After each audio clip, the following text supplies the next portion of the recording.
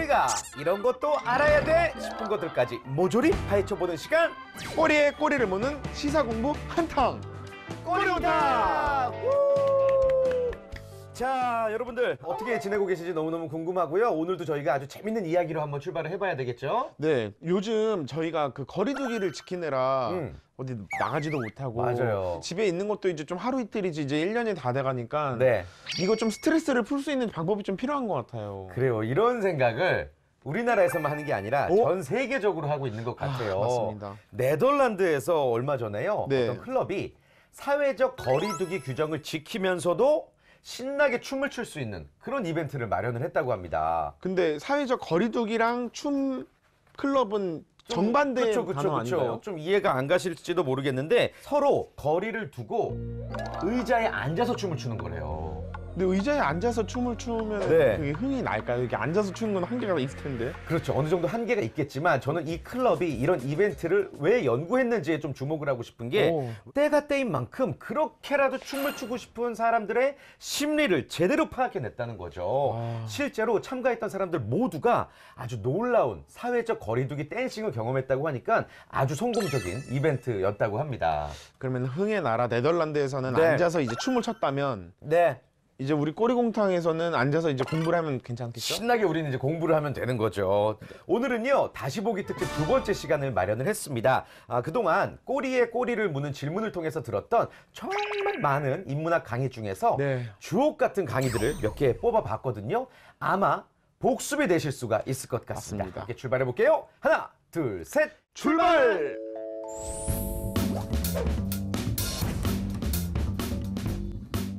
할 때마다 다양한 주제로 강의를 듣긴 한데 네. 인문학은 처음 듣는 것 같아요. 맞습니다. 그리고 인문학이 좀 약간 네. 무서워요. 과학은 차라리 그냥 과학의 영역, 미지의 영역 이런 느낌인데 인문학은 네. 들어본 말들이 재조합돼서 좀 새로운 얘기들이니까 좀 무서운 게 있습니다. 네. 어떤 주제 준비해 주셨나요? 오늘 인문학이라는 걸 굉장히 많이 접해봤지만 네. 모르겠다. 이게 도대체 뭘까 하는 그런 맞아요. 생각도 많이 하시잖아요. 네. 그래서 인문학이란 무엇인가 살짝 제가 설명드리고 네. 그리고 왜 해야 되는지 그런 얘기 좋다. 네, 들려드리도록 하겠습니다. 네. 제가 강의 다니면서 이렇게 많이 접해보니까 인문학이란 얘기는 많이 들었는데 과연 그게 뭔지 잘 감이 안 오는 그런 분들이 상당히 많으시더라고요. 네. 문학. 정답 문사철. 완전 정답. 천재 아니세요? 제가 딱 얘기하려고 했는데. 문사철이 뭐야? 문학, 사학, 철학. 맞습니다. 네. 문학, 역사, 철학 정확히 알고 계세요. 오. 그래서 이 문학이라고 하는 거 그럼 먼저 좀 설명드리면 이제 뭐 고전 문학, 클래식 문학 굉장히 많은 것들이 있는데 책 제목은 굉장히 많이 접해본 것들이 많단 말이에요. 뭐 예를 들어서 해밍웨이의 무기여 자리거라라든지 아니면 뭐 젊은 베르테르의 슬픔, 그리고 안나 까레니나 굉장히 유명한 작품들인데 다 막장을 얘기하고 있어요. 오, 진짜요? 네, 그 안나 까레니나 같은 경우도 귀부인이 있었는데 예. 연하남이랑 바람이 난 거예요. 그러다가 이야. 자살을 합니다. 그 부인이? 네네, 자살을 해요. 그리고 젊은 베르테르의 슬픔도 그 베르테르가 자기가 사랑에 빠졌는데 알고 보니까 자기 친구의 약혼녀였던 거죠. 네, 그래서 해서는 안 돼. 이런 사랑을 하다가 또 자살을 하고 말아요. 그리고 사실 우리가 현대 문학의 시초라고 했던 것이 마담 보바리라고 하는 그런 작품이에요. 네. 기스타프 플로베르의 작품인데 이 작품도 금서였어요. 이 보바리라는 부인이 이 부인도 바람이 났어요. 그러더니 또 자살을 했어요. 그래서 이게 여기를 이렇게 깊이 들어가 보면은 이 사람들이 그냥 멀쩡히 자기가 사랑하고 싶은 사람 사랑해가지고 그냥 지지고 볶다가 알콩달콩 애 낳고 살면은 이게 소설이 안 되는 거예요. 그러니까 여기서 이 문학이라고 하는 것의 키워드가 사랑 그리고 죽음 두 가지입니다. 두 가지. 왜 이 문학에서 계속 이 얘기를 했는가? 그 이유가 사람이 제일 관심 있는 게 그거예요. 사랑과 죽음. 나 죽기 싫다. 나 오래 살고 싶다. 그리고 사랑. 우리 모두가 원하잖아요. 인류 모두가. 두 번째로 아까 말씀하신 역사가 있는데 대부분 우리나라 학생들은 역사를 안 암기가 먹으려고. 좋아하시죠? 이 역사 같은 경우는 그냥 되게 간단해요. 사람이 한 일을 기록한 거예요. 그냥 옛날부터 지금까지 했던 일들을 계속 기록한 건데 사마천의 사기라는 책이 있어요. 굉장히 옛날 얘기예요. 제가 이 책 이름을 왜 얘기를 했냐면 사마천이라는 사람이 역사를 왜 배워야 되는지 그 답을 거기다 써놨어요. 그 답이 뭐냐면 이제 고술 왕사 사례자라는 말이 있어요. 벌써 토하실 것 같은데 역사를 이제 지나간 일을 기록을 함으로써 앞으로 올 일을 대비한다. 그러니까 옛날 일을 우리가 막 일기를 적으면은 아, 이 사람 미래 어떻게 되겠구나. 이걸 안다는 거죠. 그래서 약간 온고이지신. 예, 모든 답이 다 옛날 일에 다 있다라는 그런 얘기를 하고 있어요. 이 4차 산업혁명 시대에도 옛날에 답이 있었을까? 옛날에 답이 있었어요. 옛날에 그 로마 시대 때 네. 맨날 전쟁만 하잖아요. 네. 로마 제국이 땅을 넓혀갈 때 나가서 원정 경기를 하고 그런단 맞아요. 말이에요. 가장이니까 남자들이 봄에 씨를 뿌리고 원정길 나가요. 그리고는 돌아와요. 가을에 이제 수확할 때 로마가 땅이 조그만 때는 그게 가능했는데 나중에 로마가 엄청 커져가지고 막 터키까지 가고 그랬잖아요. 그러니까 봄에 씨 뿌려가지고 가을에 못 오는 거예요. 로마에서 터키까지 그 당시에 갔다 오면 막 2년, 3년이 걸리니까 수확을 못하고 씨가 다 말라 비틀어졌네. 우리 가족은 뭘 먹고 살았지? 막 이거 걱정될 거 아니에요. 근데 그때 걱정을 안 해도 됐던 게 포로가 엄청 많았어요. 그래서 포로들이 다 수확을 대신해주고 로마 시민들은 일을 1도 안 해도 되는 거예요. 그러니까 지금 우리가 막 이제 로봇이 오면은 우리 다 펑펑 놀 거 아니에요. 로봇이 네. 다 일 다 대신해 줄 거 아니에요. 네. 이럴 때 우리는 어떻게 해야 되는가? 이게 다 옛날에 답이 있었던 거예요. 사람들이 이게 가만히 있으면 몸이 베베 꼬여가지고 네, 어떻게 네. 못해요. 그래서 콜로세움을 지은 거예요. 사람들이 너무 심심하니까 오락을 즐겨라. 엔터테인먼트를. 우리도 그러면 알 수가 있죠. 이제 네. 앞으로 로봇이 막 다 대체가 되고 인간들이 너무 이제 심심해가지고 몸이 베베 꼬이면은 게임이나 오락에 아주 더 집중을 하겠구나. 지금보다 더. 네. 근데 마지막이 철학. 철학이에요. 철학이라고 하는 게 그냥 한마디로 하면은 나 왜 태어났지? 나 왜 살지? 이거를 그냥 계속 고민하는 게 철학이에요. 근데 저는 그 철학의 정의 중에 제가 좋아하는 정의가 그 알베르 까미가 말한 정의가 있어요. 철학이라고 하는 게 이 두 가지 명제 사이에 고민들이다. 첫 번째 명제가 우린 언제나 죽는다. 두 번째 명제가 뭐냐면 우리가 행복하지 않다는 거예요. 우리는 언젠가 죽는 것만도 굉장히 한이 있고 억울한데 행복하지 않다는 겁니다. 근데 여기서 우리가 의문이 생길 수가 있어요. 가끔 어떤 분은 선생님 저는 너무 행복한데요? 이렇게 말씀하시는 분도 계세요. 제가 조금 전에 역사 말씀드렸지만 역사를 기록한 게 뭐 5,000년 정도밖에 안 돼요. 아무리 깊이 들어가도. 근데 우리가 수십만 년 전에 이 땅에 왔단 말이에요. 그러고는 5,000년밖에 기록을 안 했으니까 그 사이에 정말 몇십만 년의 그런 유전자는 다 수렵 생활이었어요. 거의 다. 인간이 뭘 위해서 진화를 해왔냐면은 생존이에요. 생존이 제일 중요하잖아요. 1순위잖아요. 그럼 안전하려면 수렵 생활에 동굴에 가만히 있으면 원래 제일 안전해요. 근데 그러면 굶어 죽는 거예요.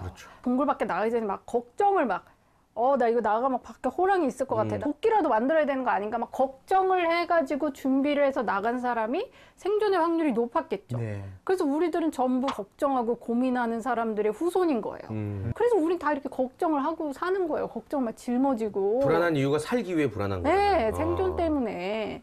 100년 전부터는 인간이 웬만큼 그 생존의 걱정을 덜었어요.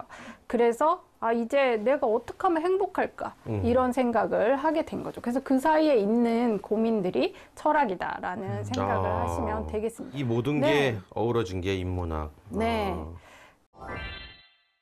자, 상훈 씨 혹시 시뮬라크르 기억나세요? 그럼요. 진짜 같은 가짜. 바닐라 우유에는 바닐라가 안 들어있다.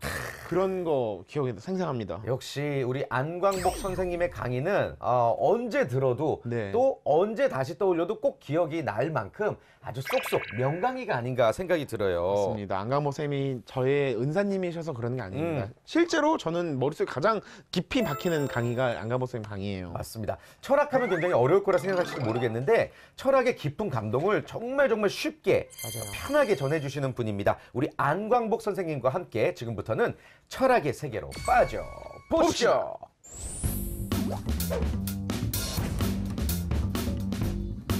자, 오늘 안광복 선생님께서 준비해 주신 주제는 어떤 주제일까요?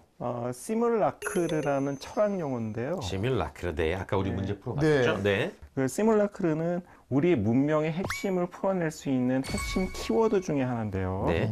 시뮬라크르의 원뜻은 뭐냐면 약간 어렵습니다. 원본 없는 복제 뜻하는 말이에요. 무슨 뜻이죠? 원본 없는 복제라. 이게 네. 별 얘기가 아닌데요. 그러니까 쉽게 풀어 쓴다면은 진짜보다 나은 가짜를 얘기를 해요. 이제 상식적으로 설명하면 이런 건데요. 명품이 좋을까요? 짝퉁이 좋을까요? 명품이 좋죠. 당연히 명품이 예. 좋잖아요. 그런데 현대 문명은 명품보다 짝퉁이 더 가치 있게 만들고 있어요. 제가 학생들한테 간식을 사줄 때 바나나를 사줄 때하고 바나나 맛 우유를 사줄 때하고 어느 쪽을 학생들이 더 좋아할까요? 바나나 맛도. 왠지 바나나 맛 우유를 더 좋아할 것 같기도 하고. 맞습니다. 그러니까 예. 바나나는 항상 남아요. 예. 애들이 한 2개만 먹으면 질립니다. 근데 바나나 맛 우유는 보통 애들이 그걸 다 먹거든요. 네, 남기는 경우가 없어요. 그쵸. 근데 재밌는 건 뭐냐면은 바나나 맛 우유에는 바나나가 전혀 들어있지 않습니다. 저 향만. 네, 그렇죠. 네. 가짜가 진짜보다 더 인기를 끄는 거예요. 아. 일상에도 보면요. 학생들한테 사진을 찍을 때 있는 그대로를 찍으면 화를 내요. 포샵을 해가지고 예쁘게 바꿔놓으면 이게 정말 사진 잘 찍었어 이렇게 얘기를 하거든요. 영화 매트릭스 있잖아요. 매트릭스가 1999년에 나왔는데 매트릭스가 왜 유명하냐면은 그 영화 자체가 이 시뮬라크르의 본질을 아주 알기 쉽게 설명해 주거든요. 99년 당시에 문상원 개그맨은 2009년에 학교를 다녔는데 네. 영화 나온 지 10년 뒤죠. 수업 시간에 아마 기억이 안 나겠지만 학생들한테 물어봤어요. 빨간 약하고 파란 약이 있잖아요. 예. 이 두 가지 약 중에 하나를 먹으면은 그냥 환상, 매트릭스가 주는 환상 속에서 살아갈 수가 있어요. 그리고 한 개 약을 먹으면은 이 매트릭스의 환상을 꺼내서 잔혹한 현실 세계에 돌아가야 돼요. 학생들한테 물어봤어요. 빨간 약, 파란 약 어느 걸 먹을래? 학생 중에 80%가 예. 저는 환상을 깨고 현실로 돌아가겠습니다라고 얘기를 해요. 2019년이 됐어요. 네. 작년 학생들한테 물어봤어요. 현실에 남을래? 매트릭스가 줄 환상에 남을래? 아, 바뀌었구나. 환상에 살죠. 개뿔 현실 뭐하러 준대. 넘어갔어요. 예. 왜 그럴까요? 오타쿠 많잖아요. 네. 유튜브 하시잖아요. 네. 유튜버가 주는 건 환상이에요. 그렇잖아요. 그죠? 게임도 환상이에요. 뭐 어쩌냐는 거예요. 요새 네, 학생들 네. 같은 경우에는. 그죠? 게임 속에서 나는 황제고 영웅이에요. 구차한 현실로 내가 굳이 왜 돌아야 한다는 거예요. 와, 그 10년 사이에. 그렇죠. 현실에서 살지 않아도 영웅으로 살 수 있는데 내가 왜 현실에 집착해야 되냐는 거예요. 나는 그렇게 살기 쉽지 않다는 거예요. 시뮬라크의 시대에서는 뭐가 진실인지가 아무도 신경 쓰지 않아요. 확언하고 반복하고 전파하라. 구스타프 르봉이라는 심리학자의 얘기인데요. 딱 맞아요. 시뮬라크의 시대에는 뭐가 진실인지 가짜인지가 중요한 게 아니라 내가 믿고 싶으면 되는 거예요. 내가 보고 싶은 거면 되는 거예요. 어차피 다 가짜인데. 가짜의 세계인데 뭐가 중요해요. 유튜브를 보면서 이게 진짜일까 가짜일까를 생각하지 않거든요. 네. 내가 보고 싶은 거를 보고 듣고 싶은 거를 듣는 거예요. 그리고 생산자 입장에서 어떻게 했어요? 사람들이 원하는 거를 보여줘야 되는 거예요. 진실은 사라지고 가짜만 남거든요. 가짜가 더 설득력이 있고 아까 말씀드린 듯이 초정상 자극이 됐을 때 더 네. 짜릿한 자극을 줬을 때 사람들은 열광하거든요. 자, 이번에는 고전 문학 작품을 만나보도록 하겠습니다. 고전 문학 작품 페스트. 베스트. 저도 평소에 너무 읽고 싶었는데 네. 왜냐면 멋있잖아요, 이름이. 그래요. 근데 그 강의를 통해서 들어서 이제 굉장히 좋았던 시간이었습니다. 근데. 아마 상훈이는 우리 페스트를 안 읽은 것 같은데 네. 저도 안 읽었어요. 네.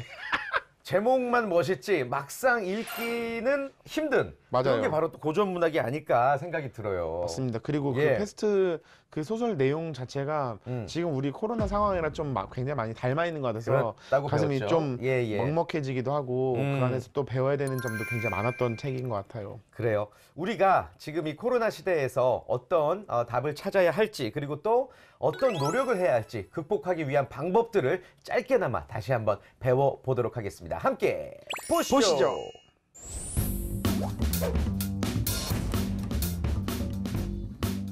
그럼 오늘 준비하신 내용도 그래서 오늘은 테스트. 그 감염병, 전염병이잖아요. 테스트. 예, 네. 정말 유명한 그 흑사병, 전염병인데 이 전염병이 닥쳤을 때 사람들이 어떻게 대응하는지를 알베르 까미라는 사람이 예전에 소설로 썼습니다. 언제적 책이죠 혹시 그러면? 이 배경은 예전이지만 네. 알베르 까미 자체는 지금부터 한 100년도 안 됐죠. 네. 100년까지 안 됐더라도 오래된 책이긴 하네요. 그렇죠. 네. 카미라는 분이 약간 좀 SNS용 그분 SNS용 작가라는 게 아니라 SNS에 올리기 굉장히 좋은 멋있는 이름을 갖고 계세요. 그래. 뭔가 까미. 이름이 이 사람이 뭐 한 말만 딱 적어놓고 알메르 까미 이렇게 맞아요. 하면 SNS에 올리기 허세. 맞아요. 지식 허세. 그리고 이제 그분이 실존주의라고 해서 세상과 내가 무슨 상관이냐, 뭐 이런 부조리, 세상은 되게 부조리한 곳이다, 뭐 이런 것들이기 때문에 정말 있어 보이는 말들이 꽤 있거든요. 그걸 갖다 붙여놓으면 좀 그럴듯하다 이렇게 보이긴 합니다. 그래요. 부조리 문학하면 이게 뭔지 모르잖아요. 잠깐, 네. 되게 있어는 보이는데 네. 세상과 내가 그렇게 인과관계로 연결되어 있지 않은 거예요. 가령 이분의 원래 이제 굉장히 대표작이 이방인이라는 책이 있거든요. 이방인. 이방인 보면 주인공이 살인을 해요. 근데 너 왜 살인했어? 그러니까 햇빛이 너무 타들어가서 햇빛이 너무 강해서 살인을 했다고요. 미친 거죠. 그러니까 이게 인과가 안 맞는 거예요. 그러니까 이게 되게 부조리한 세상인 거예요. 그러니까 내가 열심히 노력하면 성공하는 게 맞잖아요. 근데 네. 열심히 노력해도 성공하지 않습니다. 되게 아무것도 안 하고 놀던 애가 갑자기 부자가 되기도 하고요. 그러니까 인과가 안 맞잖아요. 그러게요. 이게 부조리한 세상이라는 게 어렵게 생각하면 되게 어려운 얘기인데 아주 간단하게 얘기하면 이런 거예요. 왜냐하면 이 사람이 이제 전쟁을 겪고 나서 네. 네.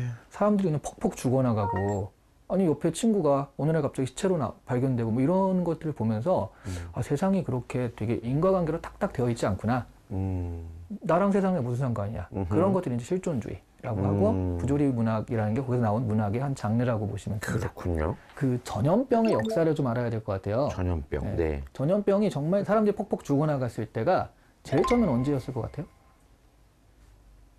전염병. 네, 당연히 사람이 존재할 때부터죠. 인류의 시작과 네, 동시에. 당연히. 네. 그런데 기록이 안 남아서 우리가 모르는 거예요. 네.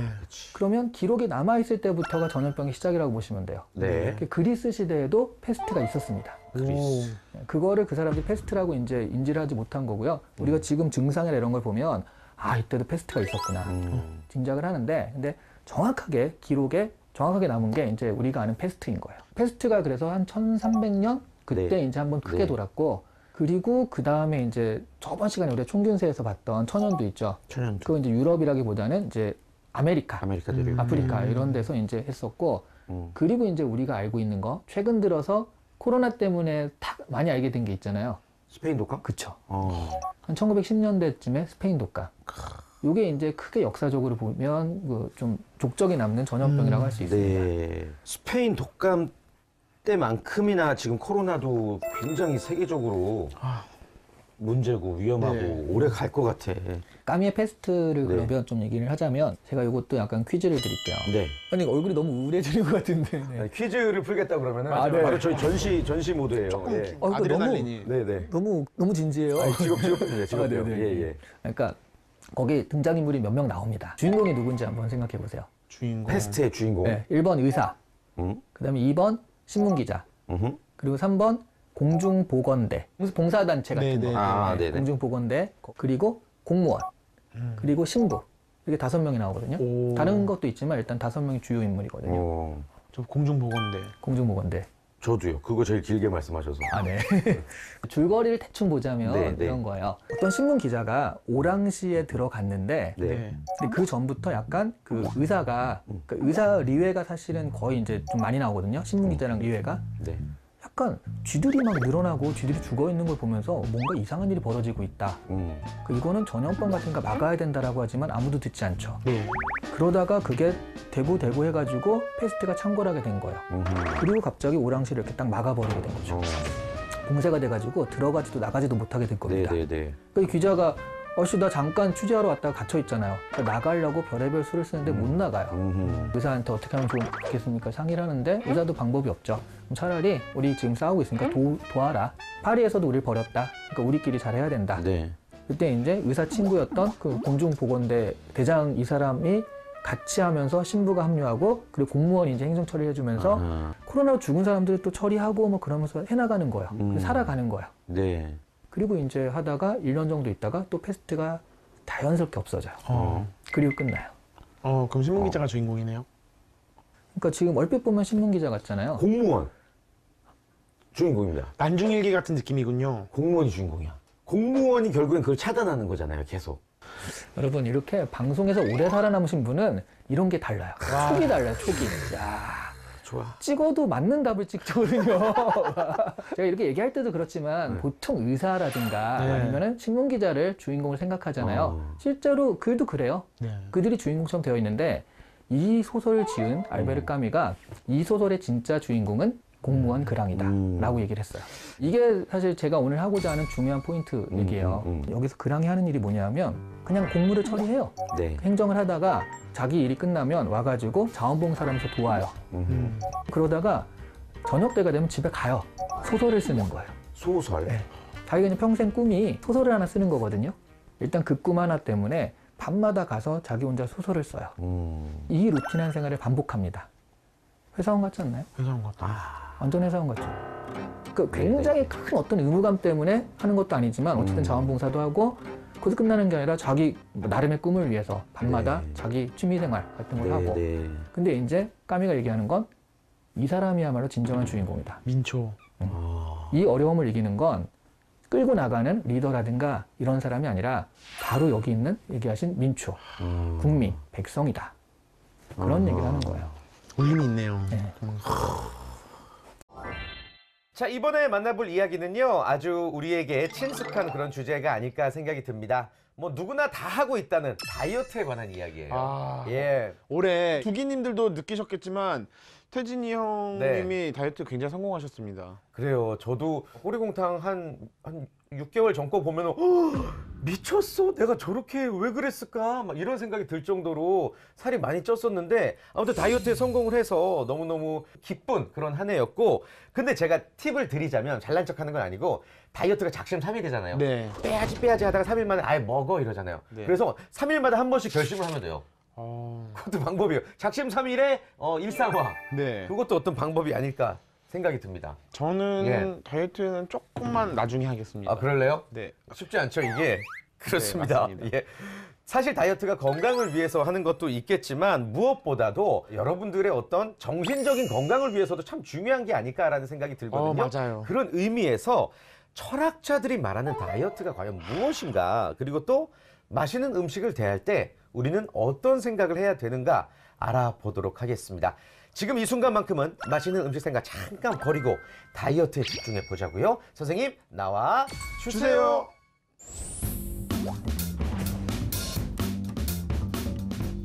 자, 선생님 오늘 어떤 내용 준비해 주셨나요? 오늘 다이어트에 대한 얘기인데요. 다이어트. 수상호 특집인가요? 예, 아까 보니까 그 중국 속담에 어제 먹은 한 입 때문에 내가 뚱보가 된 건 아니다. 이런 말이 있어요. 그러니까 계속되는 습관이 이제 쌓여가지고 나의 어떤 체형이 만들어지는 거거든요. 정신에 관련된 건요, 기본적으로 먹는 것부터 시작을 해요. 술 먹으면은 기분이 풀어지고 업되잖아요. 네. 커피 마시면 심장이 뛰잖아요. 네. 마찬가지로 우리가 점심에 뭘 먹었냐에 따라서 오후의 기분이 달라져요. 이 철학자들이 다이어트를 얘기하는 건 뭐냐면 어떤 음식을 먹느냐에 따라서 나의 어떤 심리 상태, 생활 습관이 다 바뀐다는 거예요. 그런데 그 인간의 습관을 바꾼다는 거는 팔자를 바꾸는 것만큼이나 어렵거든요. 식습관을 바꿀 수 있다는 거는 뭘 해도 성공할 사람이에요. 그리고 이제 우리는 식습관을 개인적인 걸 차원에서만 생각을 하지만 그 문명 차원에서도 식습관을 바꾸려고 노력했던 것들이 굉장히 많아요.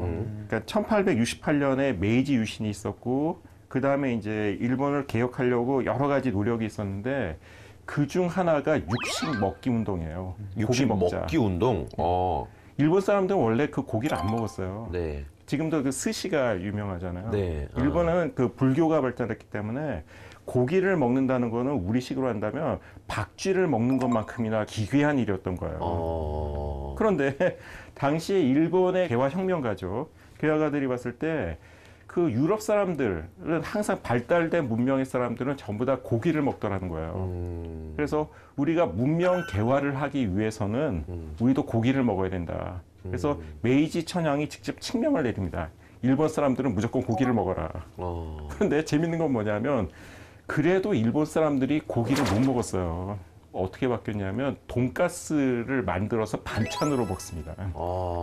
원래 음식이 포크 커틀렛이죠. 그러니까 돼지고기를 이렇게 튀겨가지고 칼로 썰어서 이렇게 옛날에 경양식집 이렇게 먹었는데 일본 사람들은 그거를 미리 썰어서 나오잖아요. 네. 소스를 찍어서 밥에 반찬을 먹어요.